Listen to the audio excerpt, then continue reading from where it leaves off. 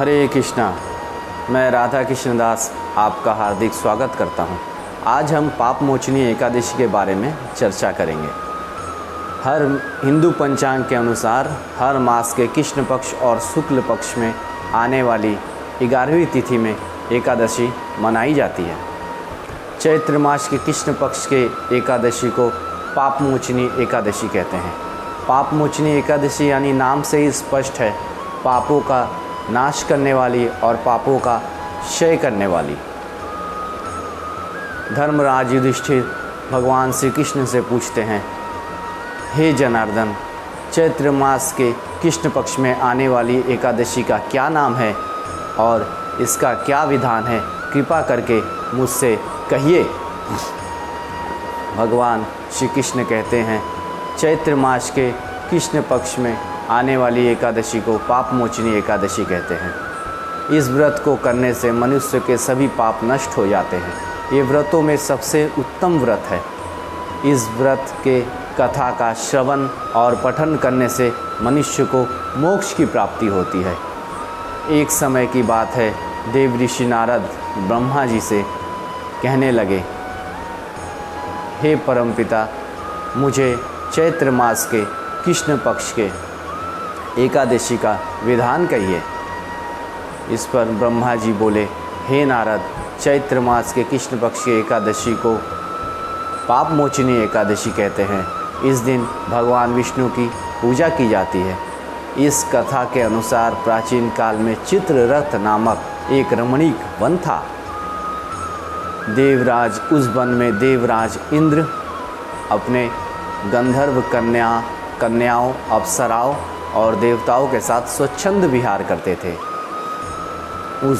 उसी वन में चैवन ऋषि के पुत्र मेधावी तपस्या किया करते थे। वो शिव जी के परम भक्त थे और अप्सराएं कामदेव की अनुचरी थी। कामदेव शिव के विद्रोही थे, इसीलिए उन्होंने बदला लेने की सोची और उन्होंने ऋषि की तपस्या को भंग करने के लिए एक अप्सरा से कहा। उस अप्सरा का नाम मंजू घोषा था।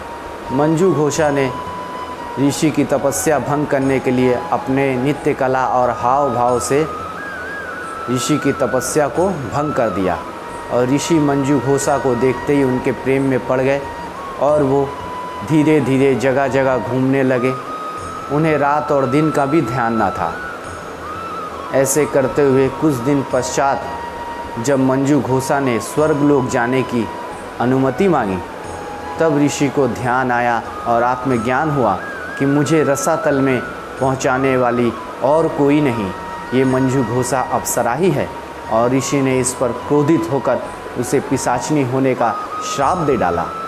मुनि के श्राप को सुनते ही मंजू घोषा कांपते हुए उनसे बोली, कृपया करके मुझे इसके मुक्ति का उपाय बताइए। तब ऋषि ने कहा कि आप पाप मोचनी एकादशी का व्रत रखने से आपको मुक्ति मिलेगी। इसके पश्चात ऋषि जब अपने आश्रम में पहुँचे, अपने पिता को सारी बात बताई। चैवन ऋषि ने सारी बात सुनने पर कहा कि तुमने मंजू घोषा को श्राप देकर खुद भी पाप के भागी बन गए हो। अगर इस पाप को तुम्हें ख़त्म करना है तो तुम्हें भी पाप मोचनी एकादशी का व्रत रखना पड़ेगा। अपने पिता के कथन के अनुसार मेधावी ऋषि ने पाप मोचनी एकादशी का व्रत रखा और वो भी इस पाप से मुक्त हो गए। इसके पश्चात मंजू घोषा जो पिशाचिनी के रूप में थी, उन्होंने भी इस एकादशी का व्रत पालन करके अपने पूर्व स्वरूप को प्राप्त किया और स्वर्गलोक को गई। इस कथा से स्पष्ट होता है कि पाप मोचनी एकादशी यानी सारे पापों का नाश करने वाली। अतः हे नारद, इस व्रत के कथा को जो ध्यानपूर्वक, भक्तिपूर्वक जो श्रवण और पठन करेगा, उसकी पाप मोचनी एकादशी व्रत कथा के कारण उसका मोक्ष मिलना निश्चित है।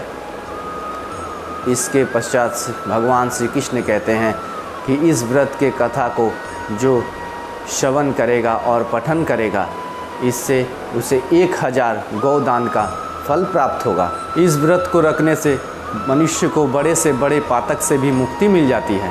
पाप मोचनी एकादशी के दिन, दशमी के दिन भगवान का ध्यान करके, सात्विक भोजन करके, भगवान का स्मरण करके सोना चाहिए। और एकादशी के दिन प्रातःकाल उठकर स्नान आदि से निवृत्त होकर भगवान विष्णु की प्रतिमा के सामने बैठ के उनकी पूजा करनी चाहिए और भागवत और गीता का पठन करना चाहिए। अधिक से अधिक भगवान का नाम जाप करना चाहिए, अधिक से अधिक कीर्तन करना चाहिए, रात्रि को जागरण करने चाहिए और द्वादशी के दिन प्रातःकाल उठकर भगवान की पूजा करके ब्राह्मणों को भोजन कराना चाहिए। उन्हें दक्षिणा देने के पश्चात खुद स्वयं भोजन और जल ग्रहण करें। ऐसा करने से पाप मोचनी एकादशी का व्रत पूर्ण होता है। तो आइए हम सब इस पाप मोचनी एकादशी के शुभ अवसर को यूं ही ना जाने दें। इस एकादशी का व्रत रखें और भगवान के श्री चरण कमलों में अपने आप को समर्पित करें और अपने सभी पापों का नष्ट करें। हरे कृष्णा। श्रील प्रभुपाद की जय।